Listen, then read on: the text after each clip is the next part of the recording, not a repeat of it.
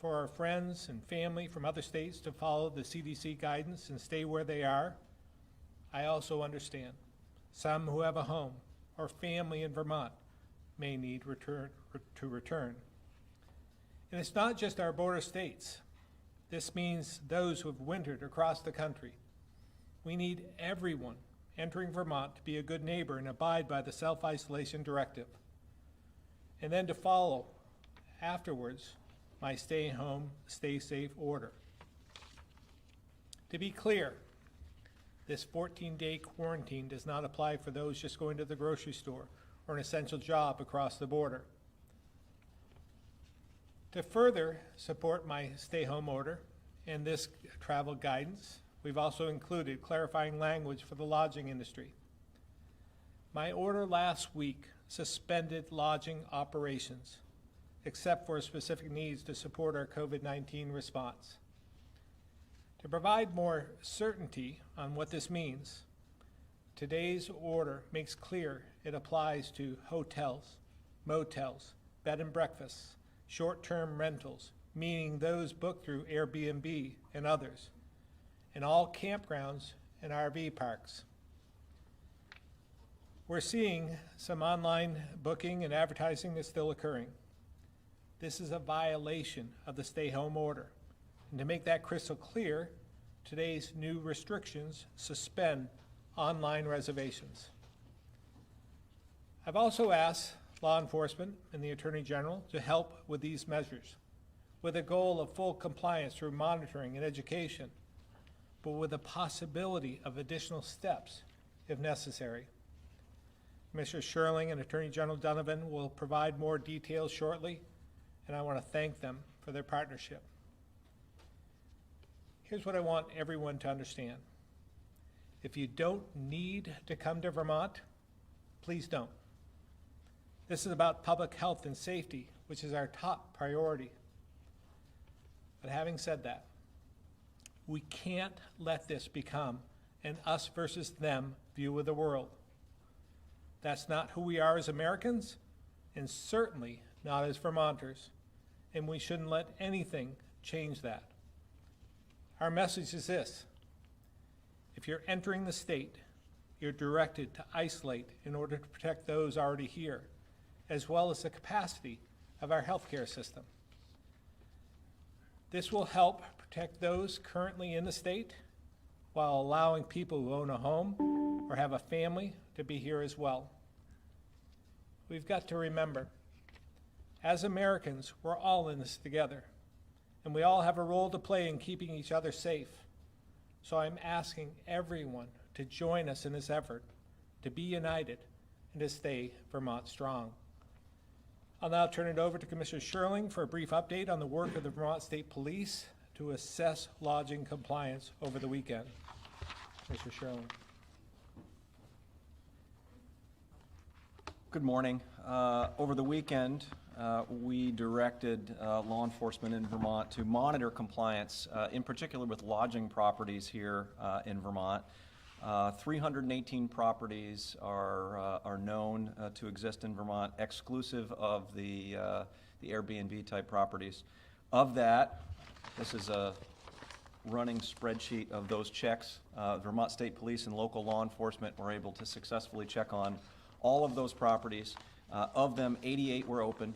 Half of those 88 were in compliance. In other words, they were housing folks that were involved in the response, visiting nurses, healthcare professionals, military folks, flight crews that are flying in and out of Burlington International Airport and the like. 44 appear to be non-compliant.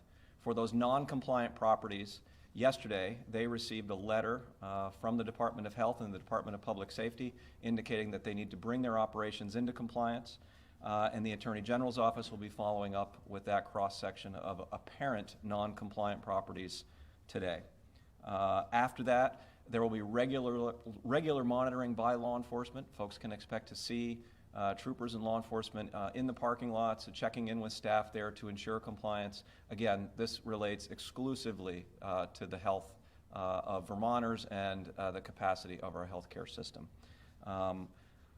To emphasize, we really expect voluntary compliance with this stepped-up effort to do these cross-checks, the letter, and subsequent phone calls by the Attorney General's office. We have every belief that these properties will become compliant and that we'll be able to maintain health and safety as a result. Thank you. Good morning. I've always believed that the best way to enforce the law is to give people the opportunity to comply with it. And I want to thank the governor for his leadership during this crisis and his philosophy of that enforcement principle. That we work with Vermonters who need our help, and we ask Vermonters to comply with the governor's executive order because we all have a role to play in this crisis. As Commissioner Sherling said, the Attorney General's office is reaching out to those 40 or so hotels and lodging establishments this morning. We're asking them to comply with the governor's order. We will work with you if you have questions. I do want to say that the governor's executive order does carry penalties. There are civil penalties that range from $1,000 to up to $10,000 per violation. There is also a criminal penalty that carries a $500 fine and a maximum penalty of 6 months imprisonment. I want to be very clear. The last thing any of us want to do is enforce these orders and seek those penalties. We're asking for your compliance. We're asking for your cooperation. That being said, we also know that we all have a role to play during this crisis. We're prepared to do our job. The Attorney General's office is prepared to do its job. We'll be reaching out to you today. If you have questions, talk with us. We will work with you, and we are prepared to partner with the Vermont State Police, the Department of Public Safety, and Governor Scott to do what's best for our state of Vermont. Thank you. With that, I turn it over to Commissioner Levine. Thank you. This morning I'd like to briefly put the executive orders in a public health context, repeat some of what I've said previously about testing, provide a bit of a situational report, and wrap up with the website. If we're to succeed in flattening the curve and preserving the capacity of our healthcare system, it is essential for the health and safety of all Vermonters that everyone strictly comply with Governor Scott's executive orders. We can do it if everyone pulls together in the same direction. Social distancing, as I've said before, is not our natural state, and it's difficult and challenging for everyone. I've done a lot of observation over the past weekend and was overall pretty pleased with what I saw, with some conscious distancing for people that I encountered. I've also been getting lots of emails and cards and letters, though, about Vermonters who are concerned about a hopefully minority of the state that doesn't take this as seriously and doesn't understand the importance of this as a true intervention strategy to really improve our performance against this virus. I just want you to listen to the comments I make later on regarding what's going on in Vermont now to put my concern into context and to really have everyone take this as seriously as possible. Now, regarding the most recent executive order, because there are now so many hotspots around the country, asking Vermonters who are returning from other states to self-isolate upon their return home and preventing travelers from other states from residing in lodging sites for prolonged periods is no different than policies that you may recall are just a few weeks old around the country that did the same for travelers coming back from China and Italy and other such places. This is just plain sound public health practice, and it will protect us all. Regarding testing, this weekend, in collaboration with the National Guard Civil Support Team, an additional COVID-19 patient test site at Landmark College in Putney was successfully stood up. This site will provide additional capacity for testing for people who have a referral from their healthcare provider. As I've said before, early and broad testing is a proven strategy to limit the spread of this virus. Vermont is still early enough on the curve of positive cases that we hope that increased testing can have a large impact on our ability to flatten the curve. I want to stress again, though, that you can't just show up and be tested. Mainly because if you do not have symptoms, the virus might not be detected, and you might actually be falsely reassured that you don't harbor the virus. And secondly, because we continue to rely on your own physician's judgment about your illness, and then we try to identify, counsel, and isolate those who test positive, conduct contact tracing, and quarantine as clinically appropriate. We're all counting on each other to do everything we can to meet this public health crisis head on. Now, as our testing capacity increases, you can expect to see an increase in the number of positive tests. This will reflect more tests and not necessarily more transmission of disease. We'll need to look closely at the proportion of tests that are positive and trends in our data, not just the absolute number of tests. In terms of what our status was as of last night with COVID-19 in the state, there were 21 new cases yesterday, 256 total cases at this point in time. Still 12 deaths, 7 of them from the outbreak at Burlington Health and Rehab, 5 from patients that were hospitalized at various locations in the state. We continue to follow the outbreak at Burlington Health and Rehab quite closely. We are now also following another outbreak that you may have seen on the news just today at a facility in Essex Junction. This is a senior living facility. This facility is not a long-term care facility, not a nursing home. It is not a healthcare facility.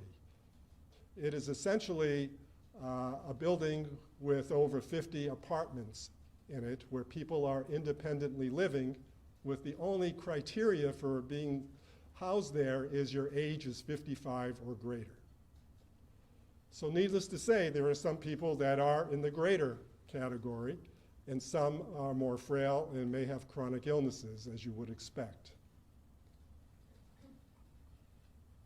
There are now 2 deaths associated with that facility. One, not a person that was living there, but that was a significant other of an employee there. And the second, occurring over the weekend, someone who was actually living there. The health department has been very involved over the last 5 to 6 days with its basic work that it does in all of these outbreak situations, which is making sure they're aware of all people who were in contact with that initial case that brought the disease in, and making sure that we've done all the appropriate follow-up on them, made sure that they all are connected with their healthcare providers if they become symptomatic, and make sure they are all isolating as is appropriate. This is ongoing, and obviously it's more breaking news, so I won't have a lot more details to provide you with there. But we've been in constant contact and helped the facility with its own communications to the residents there. In closing, I want everyone to please stay safe, stay home, and keep informed. Based on the number of hits, I guess is the word, to the healthcare website, many of you are using that for information, healthvermont.gov. It continues to have the latest information and answers to your questions. Last week we added an automated web bot to the page. With this tool, you can type in a question and the bot will search a knowledge base that is updated daily from our extensive FAQs, frequently asked questions. We can use the questions people input to keep expanding our FAQs in a collapsible section called Ask a Question About COVID-19. Thank you. Well, thank you very much. I just want to remind everyone, we have Secretary Smith, Agency of Human Services, on the phone, who will be answering questions, any questions that might arise in his area of expertise. And we have a lot of questions, a lot of reporters, media on the phone as well, so we're going to do our best to get through those questions. And if you can be prepared with a *6 to unmute yourself, that would be very helpful. All right, we're going to start with Lisa Loomis at the Valley Reporter, *6 to unmute.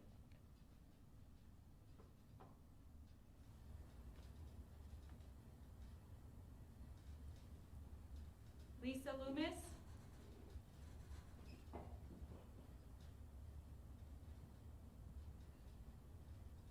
All right, we're going to move to Joe Gresser at the Barton Chronicle.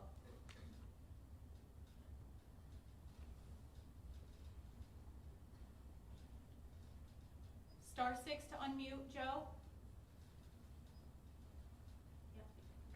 Hello, Governor.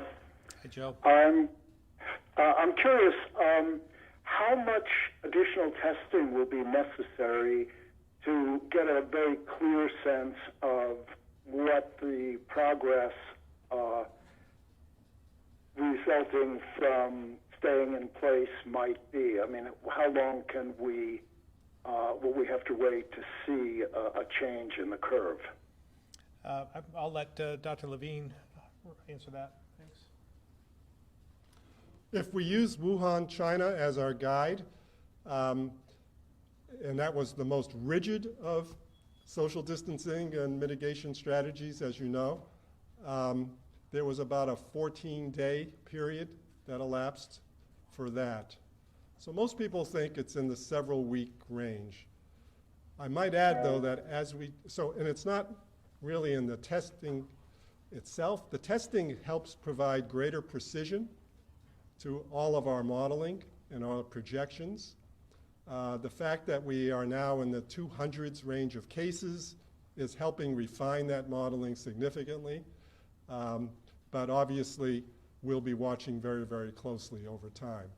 And testing isn't the only outcome, obviously, to see if we've reached a plateau. And cases will obviously be looking at other medical factors in the population in terms of, illness and hospitalizations and things of that sort. All right, Sean Cunningham, the Chester Telegraph.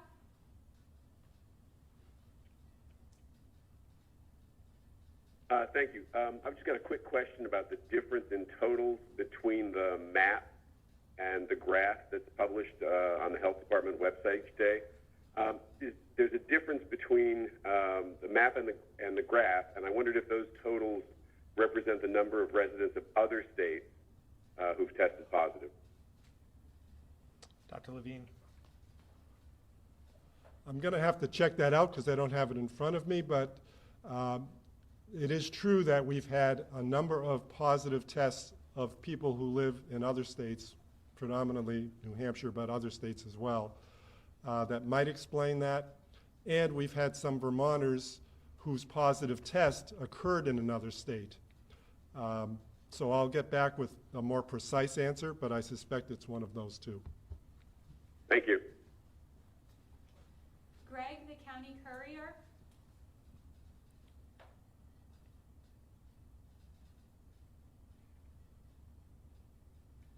*6 to unmute, Greg, County Courier. Go ahead, Greg.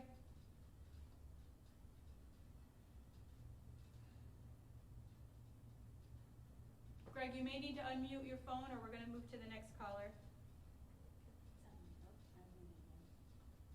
All right, moving to Andrew at the Caledonia. Can you hear me? Oh, go ahead, Greg. Okay, thank you, Governor. It's my understanding that the state is acquiring refrigerated trucks. Other states have done this for bodies related to the COVID-19 virus. Is that what this is for? And where would those trucks be located? Yeah, thank you, Greg. We are currently searching for trucks to just be prepared. We hope it doesn't come to that, but considering the number of people who are the morticians in the Vermont, we have to be prepared for most anything, and we'll be strategically placing those around the state if it becomes necessary, but we want to make sure, again, that we're prepared for the worst. Thank you, Governor. Andrew, Caledonia Record.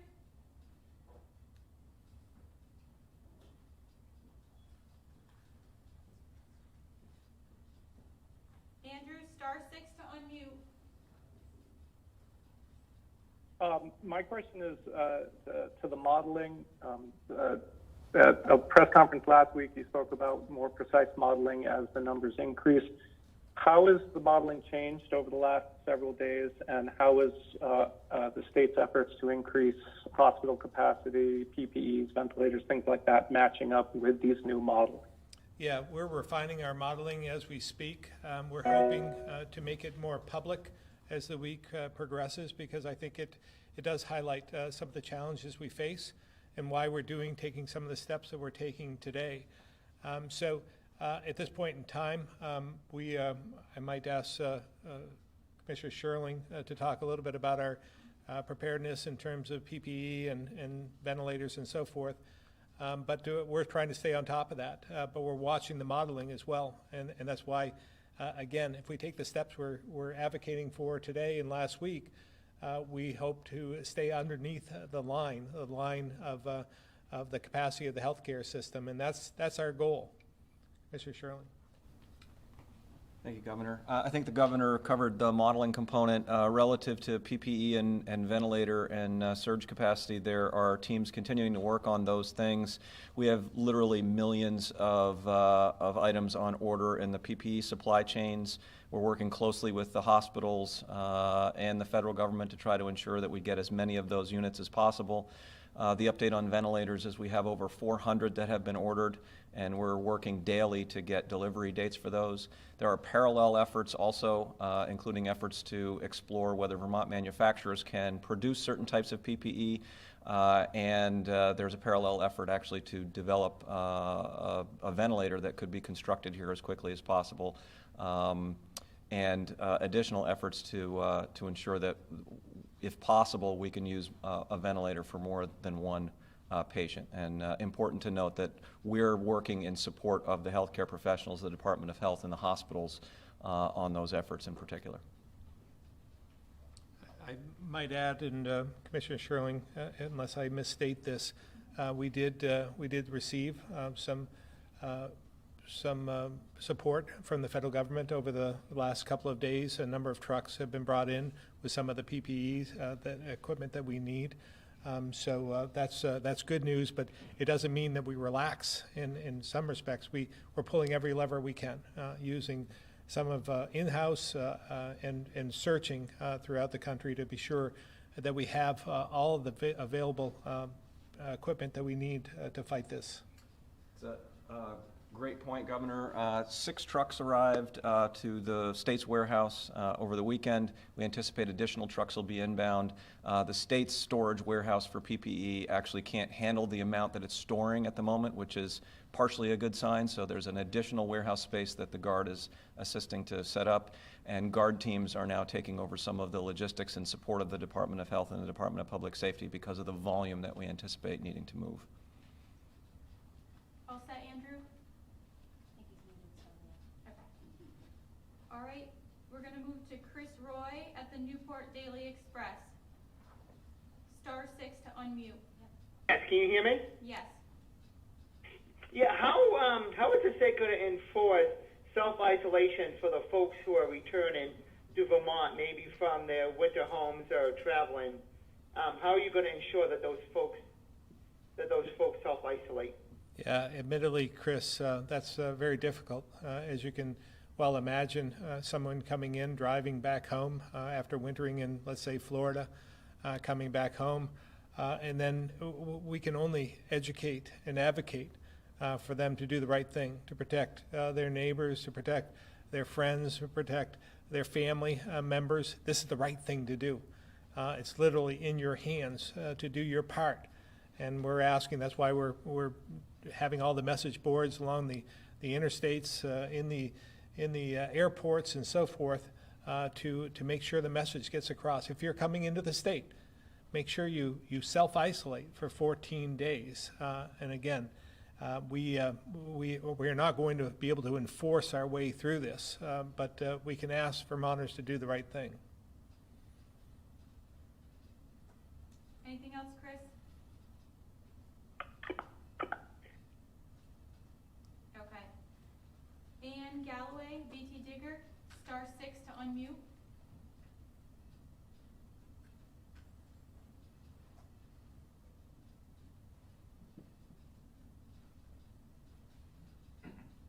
Ann Galloway, *6 to unmute.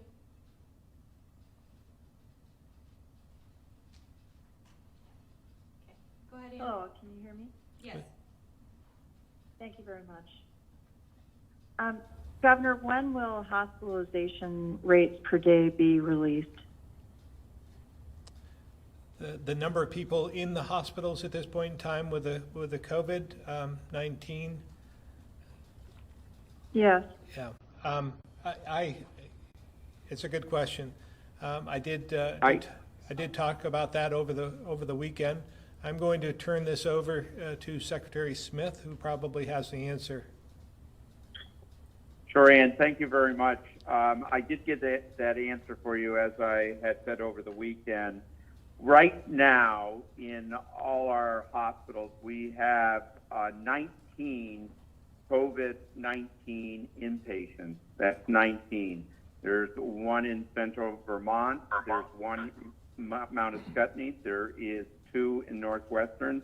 There is 0 in Rutland Regional right now. There's Southwestern Vermont Regional at 2, UVM at 13, and Porter Medical at 0. And here's how we're going to start doing this. Each night at 8 o'clock, the hospitals will report the COVID-19 inpatient numbers. I will have those numbers each day for us to report going forward here. So we'll have those numbers each day now. Anything else, Ann? No, thank you. All right. Tim McQuiston, Vermont Business Magazine.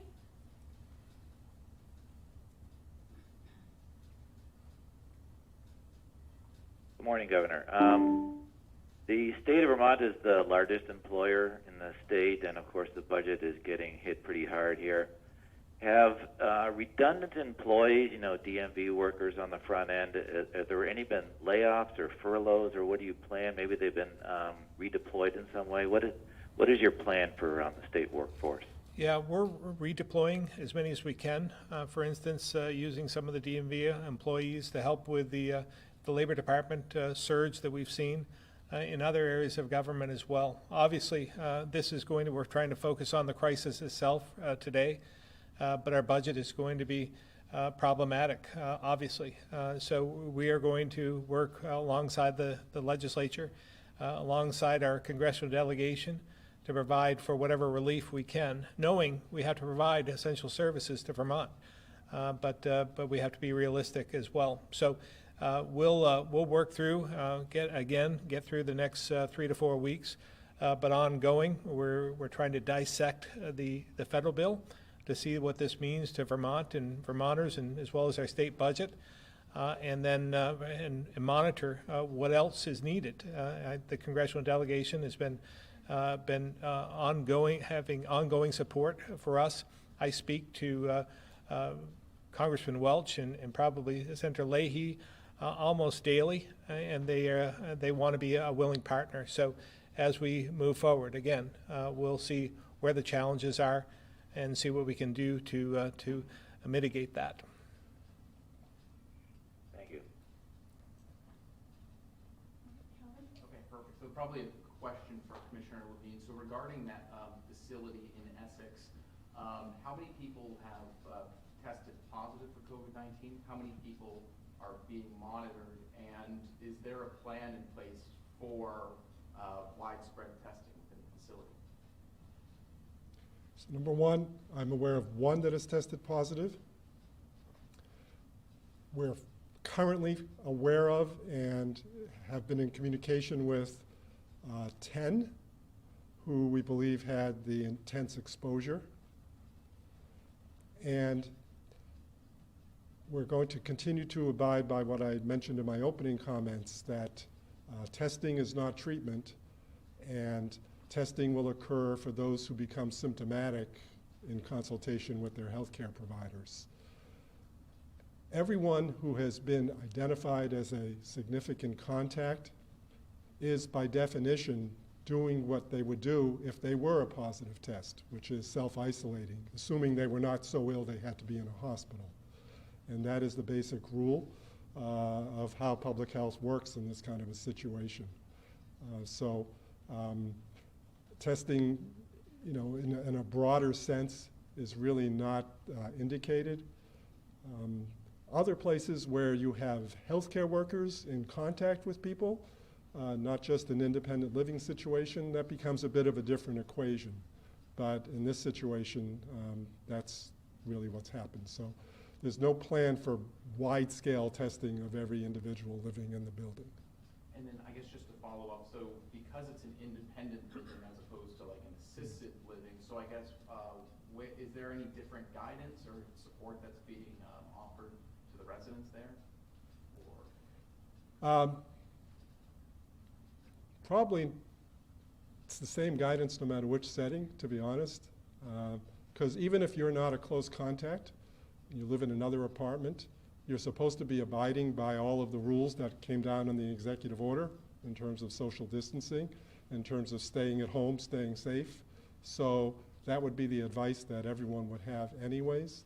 The major issue in buildings like this, as opposed to living in your own home, are that there are now congregate settings in those buildings. So there's a room where everybody goes for laundry. There's a room where everybody goes to get their mail. There are card playing rooms and things of that sort for social activities. So we have to be very direct about advising people to not be congregating in those particular parts of the building. Does that answer your question? I think what was also interesting in terms of what Dr. Levine had described to me earlier was that if you're not symptomatic and you're asymptomatic, the tests aren't as accurate. And so you might get a false sense of security if you have the test early and think you don't have it when you might. So you have to just assume that you may have it and to self-isolate and monitor your own symptoms. Take your temperature. Make sure you're taking care of yourself by staying away from others. I mean, it's very clear. It's not any different than it's just a home. And so stay away from others and make sure that you're taking care of yourself. Just like if you're traveling from a hotspot into remote. Right. Oh, yeah, right. I mean, it's the same principle as if you're traveling from a hotspot outside the borders of Vermont into Vermont again. We want you to make the assumption you may be harboring the virus and not symptomatic yet. All right, Mike Donahue, Vermont Press Association. Star 6 to unmute, Mike.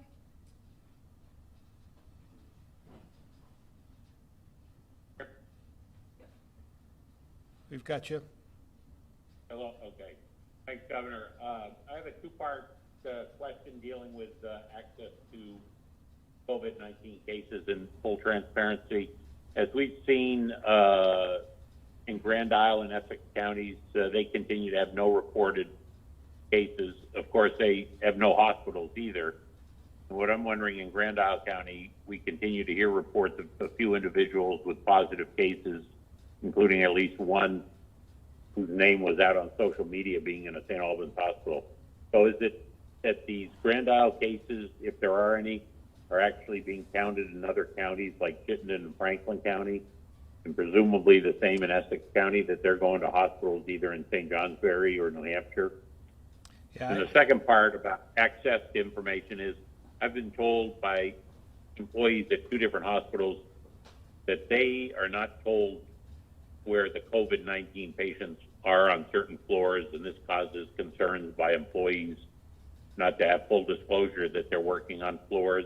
Is there anything the state or the health department can do to encourage full transparency to the staffs that are working at these hospitals? I'm going to ask Secretary Smith if he has the answers to either one of those questions or both, and then Dr. Levine to follow up. Yeah, I don't, Mike, but let me, Mike Donahue, this is Mike Smith. I don't, but let me check on those to see if I can get some answers for you on the first part of your question. The second part of your question is a medical question, and I'll leave it to Dr. Levine. Thank you. On the first question, I would definitely hope that if there was a case in Grand Isle, it would be listed as Grand Isle County, because it would have to do with the place of residence, not the place where the test was done. Because we definitely want that data, as does everyone else. So I would hope that is not the case. With regard to the second, you're actually speaking to basic infection control practices at various hospitals.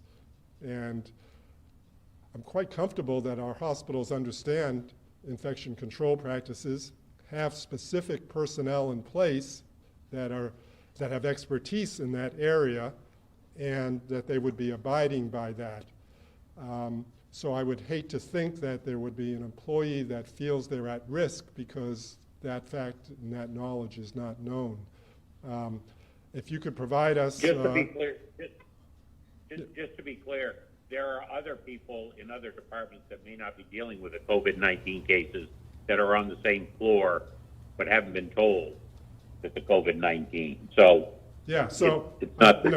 I guess I'd need to hear more specific cases, because clearly anybody who is either known COVID-19 or a person under investigation awaiting a test result is under a very strict isolation procedure, so that those going in and out of the room specifically would be aware of what they need to be donning in terms of the appropriate protective equipment every time that happened. And they wouldn't just casually be going in the room to, say, clean the floor or get a tray off the patient's tray table.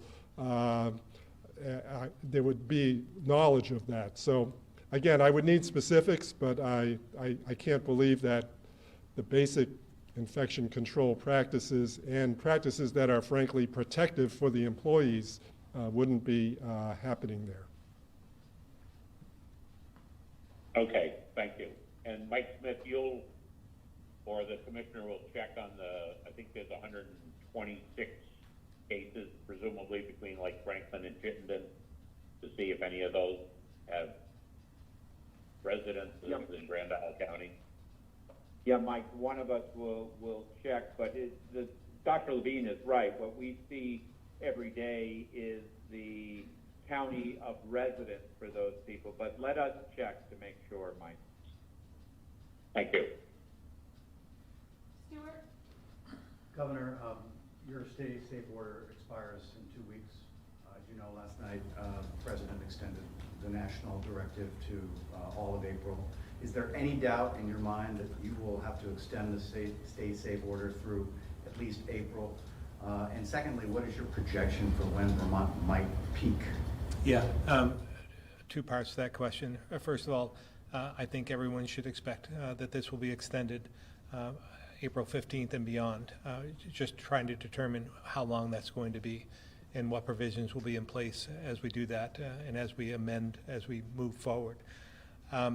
In terms of how long, that's a good question. And I think it's up to all of us to make sure that we implement all the measures that we put into place in the executive order and all the amendments since. The sooner we do that, the sooner we'll get through this, and we'll continue to monitor, and we'll again be sharing some of the modeling with you, with Vermonters over the next few days, because I think it really is important for you to understand the magnitude, if we don't get this right, what it could mean, and how quickly it could overwhelm our healthcare system, and that's what we want to prevent. You know, we need to make sure that we're increasing the capacity, lift that line of the capacity of our healthcare system, making sure that we have surge capacity there, making sure we have all the equipment we need to fight this. But at the same time, it's literally in our hands. If we take this seriously, we stay away from each other, we self-isolate, and this will go a lot better than the alternative. So it's really important that you pay attention. All right, Tanya, the Islander.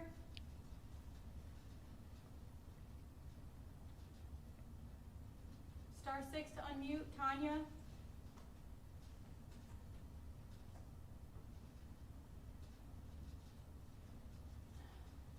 All right, Pat Bradley, WAMC.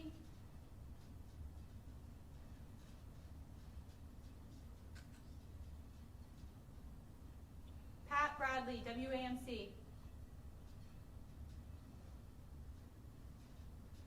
All right, Cliff Cooper. Hi, can you hear me okay? Go ahead, Pat. Hi, how are you?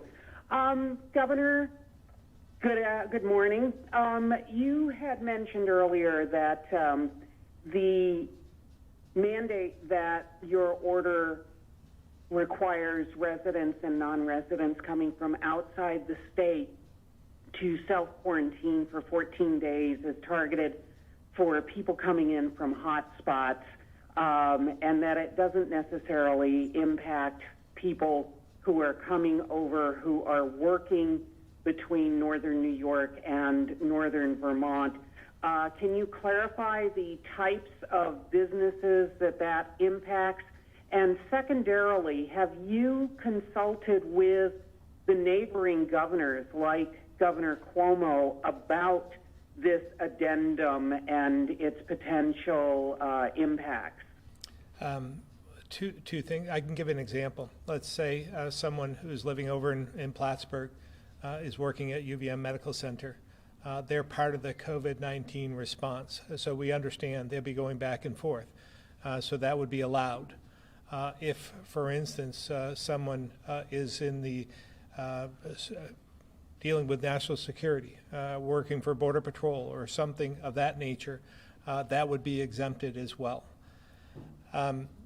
Have spoken to a number of governors, have not spoken to Governor Cuomo, but our other neighbors, Governor Sununu, Governor Baker in particular, I speak to on a regular basis.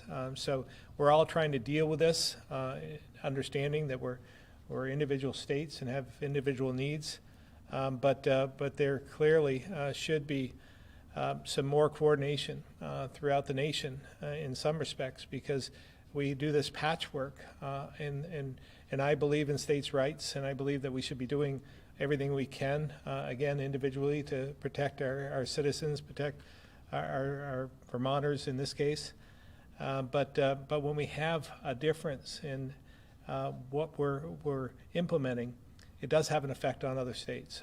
For instance, if someone was in Vermont, a company in Vermont that was closed down, we closed them down to prevent the spread here in Vermont, but they can work over in New York, and then they start commuting back and forth, that's problematic. And so my guidance is for anyone or any company going to another state to work for something that's not essential, that they stay there. And if they're going to work there, stay there. And if you come back, isolate for 14 days once you return. And is this order going to pretty much mirror your stay-at-home order, the length of time? If you extend the stay-at-home order, this will also be extended along with it? It's tough to say at this point, Pat.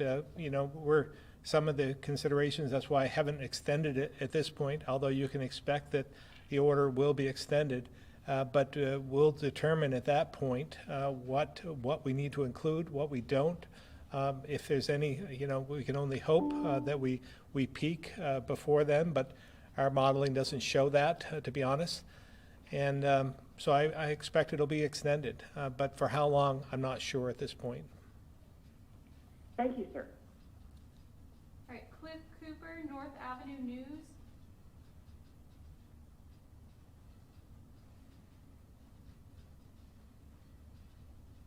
Cliff, *6 to unmute.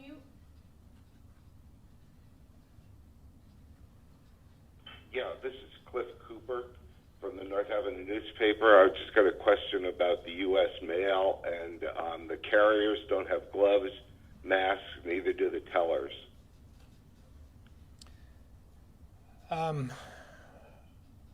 What I can, I'm going to let Dr. Levine answer part of this, but I see a number of people wearing gloves, for instance.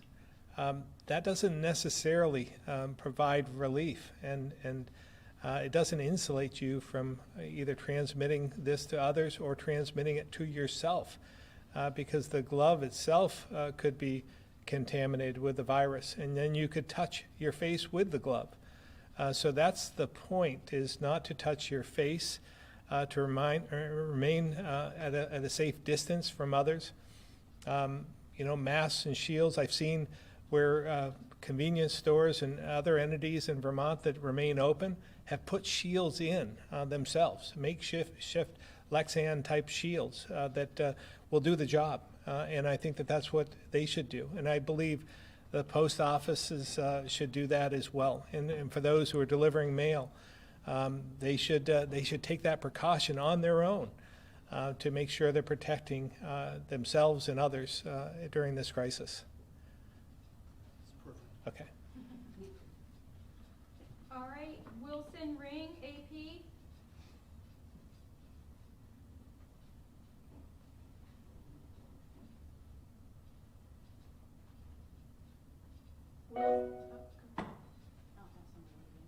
Wilson Ring, AP.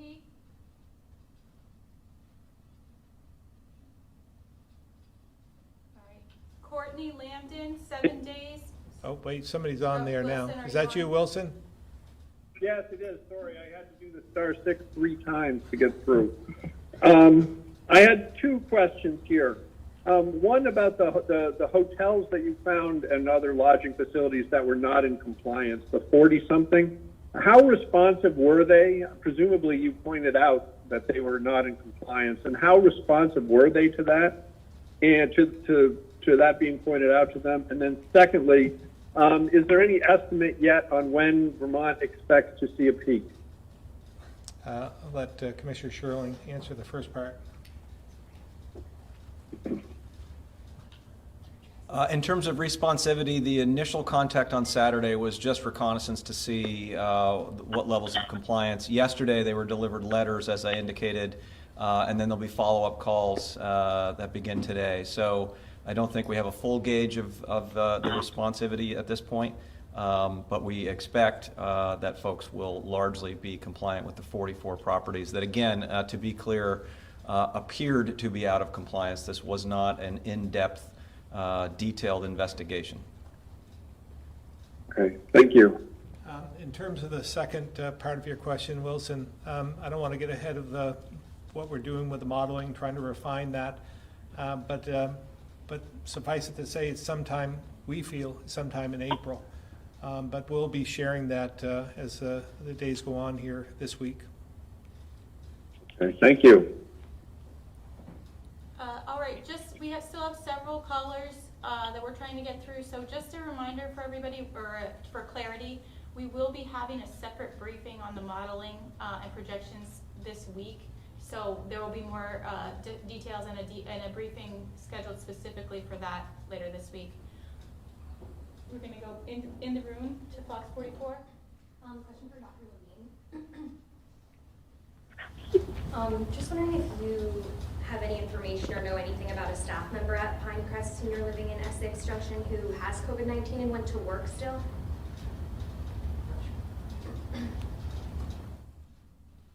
You're making it sound like currently, as opposed to previously. Yeah, well, if they have it and had gone to work, they Yeah. probably still have it on the same. So we believe previously there was a staff member who was unaware of their status, who may have been infectious for a couple of days. We're not aware of anyone currently. And for you, Mike, probably, but I received several calls over the weekend from people in the valley who are in that danger zone as far as medical and age. And they were concerned concerned about the B&Bs still operating, and they've seen them constantly running back and forth, and they were worried that they either A, weren't part of it, and Governor, you already gave us the answer to that, but is there anything in the works to hit the Airbnbs at all?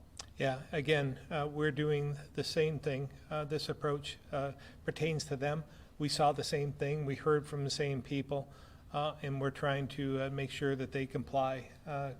Mr. Sherling, anything to add on that? Sure.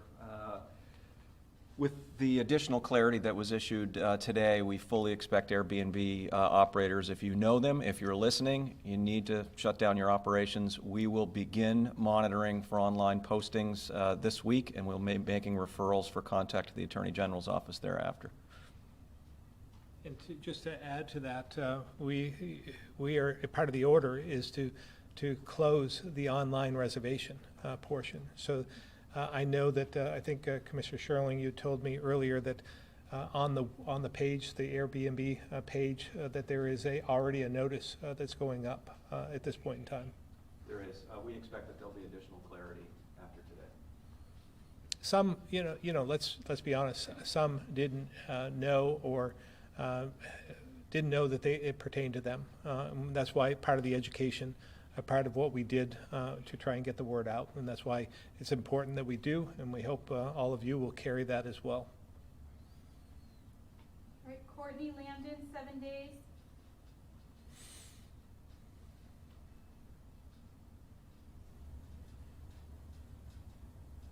Hi, Governor. This question might actually be for Commissioner Sherling. I'm wondering if someone could detail what kind of supplies Vermont has requested from the federal government and how much of that equipment we have received versus how much we're still waiting on. Thank you. Just to be clear, we're not waiting on anything from the federal government. In some respects, we're going and we're pulling every lever we possibly can and finding a lot on our own. We should be able to share some of that information with you again this week, we hope. But I'll let Commissioner Sherling answer the rest of that.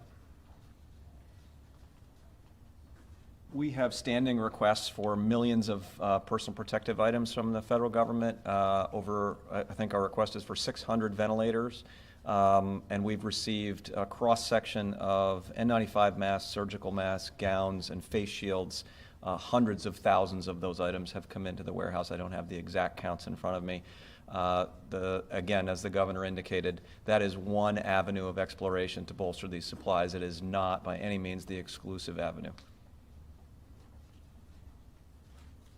Thank you very much.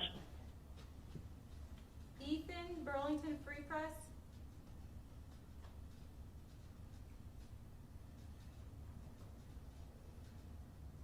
Ethan, Burlington Free Press, *6. Hi, thank you. So I was just wondering, is there any indication so far, at least, that the new expanded testing policy is working? And in addition, is our congressional delegation helping Vermont secure more test kits? I'm going to let Commissioner Levine answer the testing portion, but I just would add that it's not instantaneous. It takes a bit of time in terms of extraction, then turning it over to the lab, and depending on whether it's done in-house in the state lab versus us sending it to an outside lab, let's say Mayo Clinic, it takes a little bit more time for us to get it to them and to return. But I would also add, in terms of Mayo, we are not waiting. We're not shipping it by UPS or FedEx or U.S. Mail. We're flying it there, and we're doing this twice a day, starting today, I believe. Tomorrow morning. So we're being aggressive with this. We want to get the results back just as quick as we possibly can. And our testing in-house, we can have results within 24 hours. But again, we're not going to see this for a day or two. But the Putney testing, I've heard back that it was a successful start yesterday and continues to be today. Dr. Levine? Not a lot to add to that, but any strategy that you begin in terms of combating COVID-19, you have to maintain at least a 10, 14, or longer day period of time to see the impact. So certainly will not be instantaneous, especially if you understand that the incubation period of the virus can be as few as 2 days or as long as 14 days. Thank you. Michelle Monroe, St. Albans Messenger, *6 to unmute.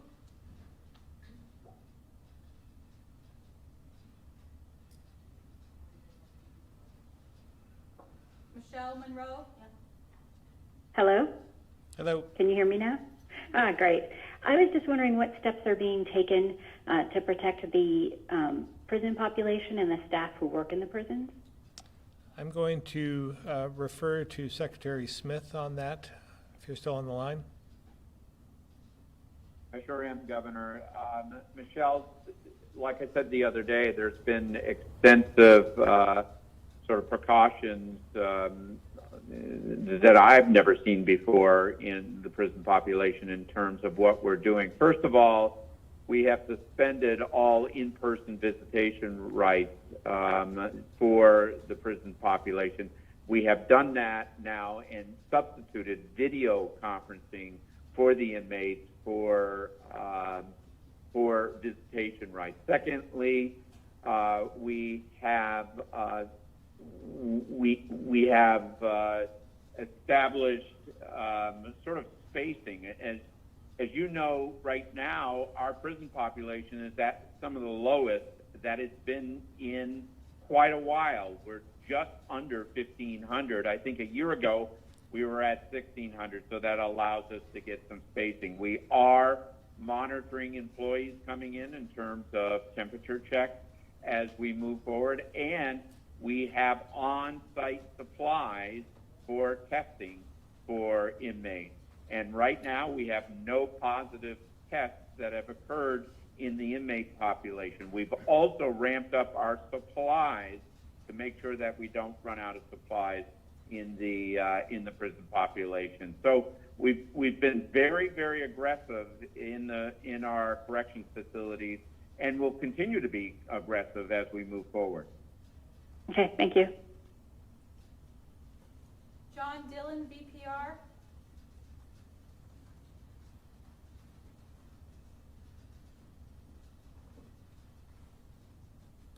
I think you're on, John.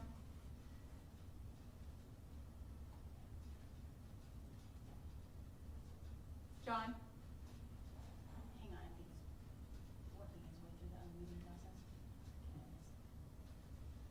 process. I had a question, if you can hear me. We can. Okay, great. This is about infrastructure. After Irene, I'm sure you'll recall it, we rebuilt culverts and bridges and everything to withstand the future events. Right now, our infrastructure for the internet is inadequate for many people working at home or trying to learn at home.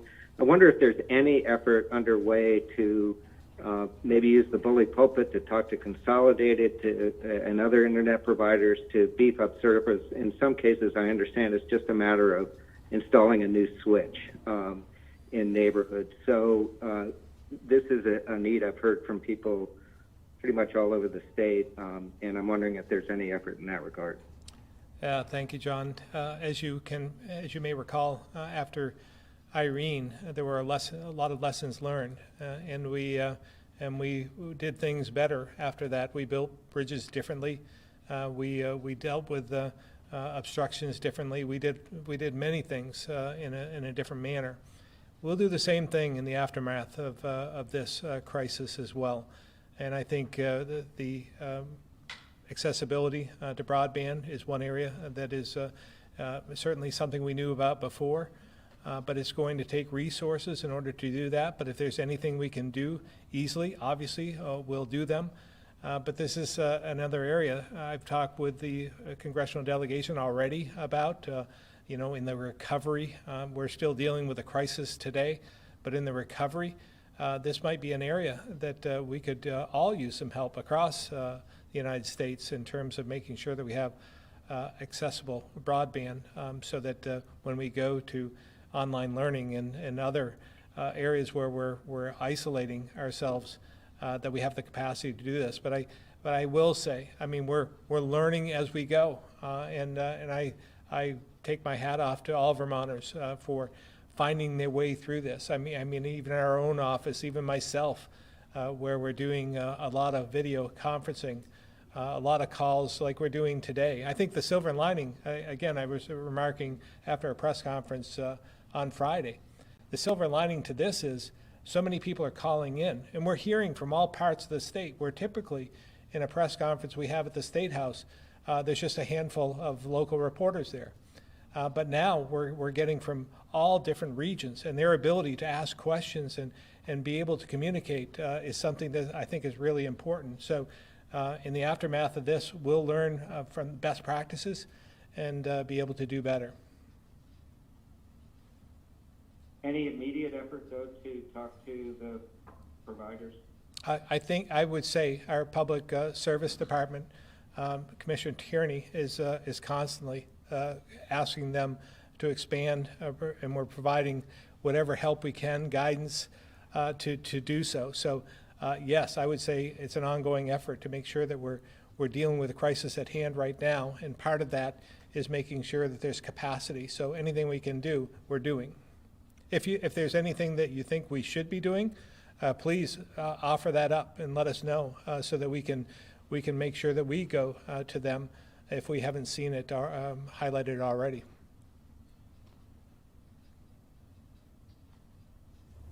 All right, all set, John? Okay. Patricia LeBoeuf at Bennington Banner.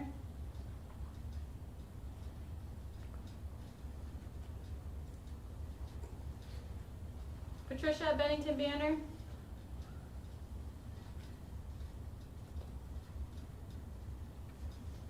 All right, Nora at the Valley News. Hello? Hi, Patricia. Yes. Okay, go ahead. Sorry, star 6 was giving me some trouble. Funny, so I was just noticed actually just earlier today, testing seems to be a large part of mitigating the spread of the virus and preventing deaths. I know they mentioned specifically Germany and I believe South Korea have done extensive testing, and it has been reported the U.S. lags behind other countries in testing. I saw a new test was just granted emergency use authorization by the FDA, and it's expected to roll out this week. It provides results in approximately 15 minutes, and it said that that particular test the company that makes that particular test can do about 50,000 per day. And I'm wondering if Vermont is aware of this possible new test, and if so, if you guys are seeking to use it in any capacity. Yeah, I've seen that on the national news as well, and suffice it to say, if it's available to us, we'd be utilizing it. But at this point in time, I don't believe that we have seen that, and the availability has not been known to me. Commissioner Levine? And it all depends on which kind of test you're talking about. There's the test that's actually looking for the active virus in a secretion. And then there's the test that's looking at your blood to see if you have an antibody response to the virus.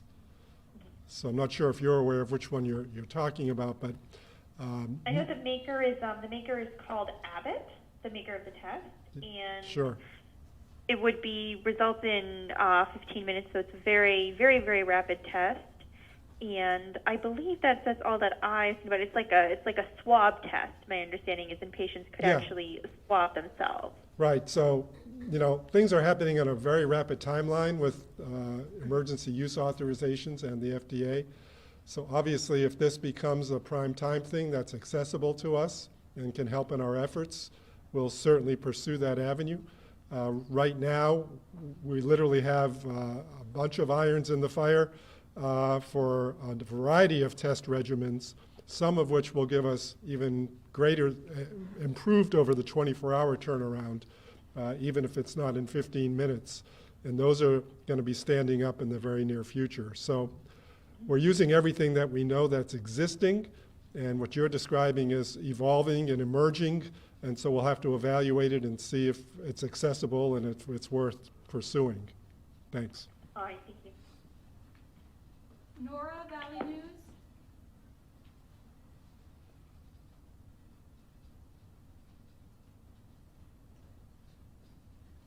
Nora, Valley News. Right. Alan Keys, Digger. Nora, are you on?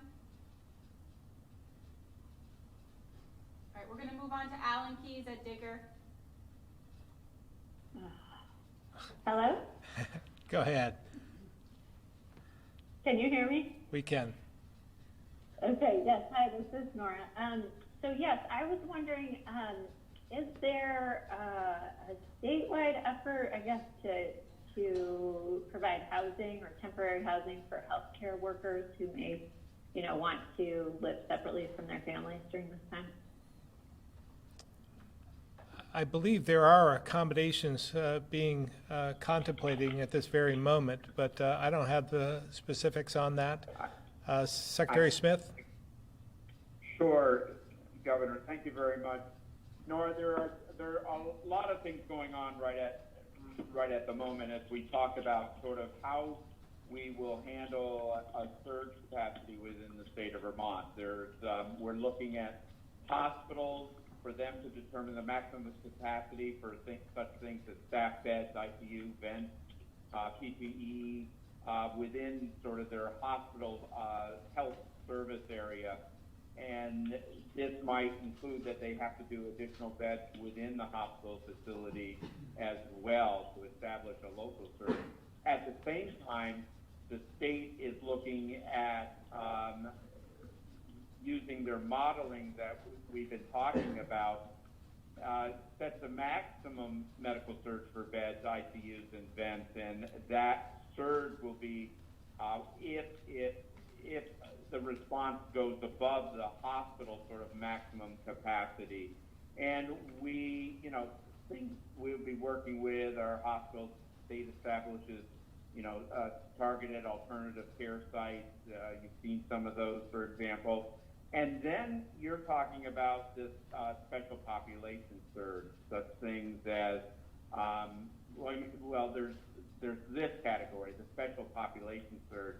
And those are areas, a wide array of areas like mental health and social service and long-term care and homeless and prisoner population that may need special need consideration for COVID-19.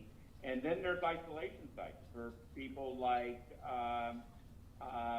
those recovering from COVID-19, plus COVID-19 exposed healthcare workers who do not want to return home to slow the spread. These various steps are ongoing right now in order to address any potential increase or surge that may happen, as the governor said, in the month of April with this particular virus.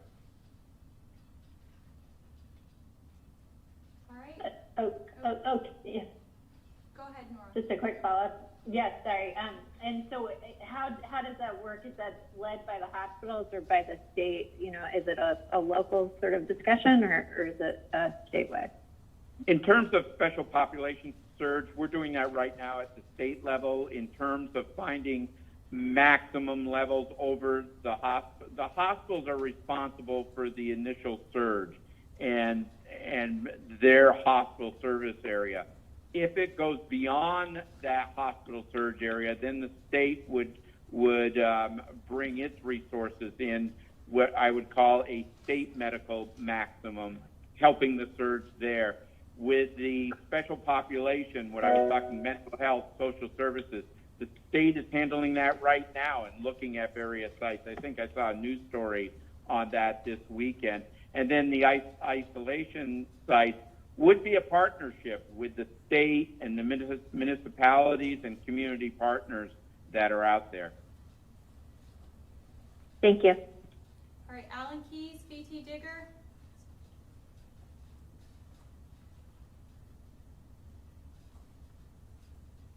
Alan, *6.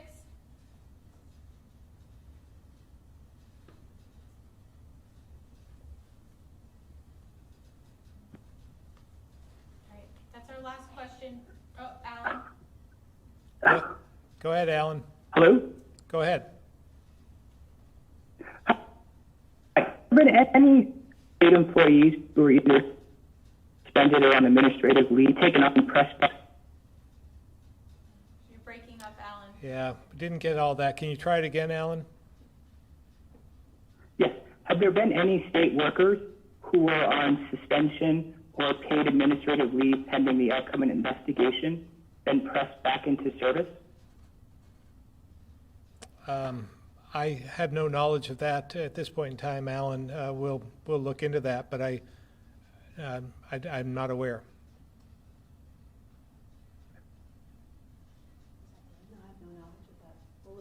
Yeah, we'll look into it and get back to you. All right, that's it. Again, I want to, oh, go ahead.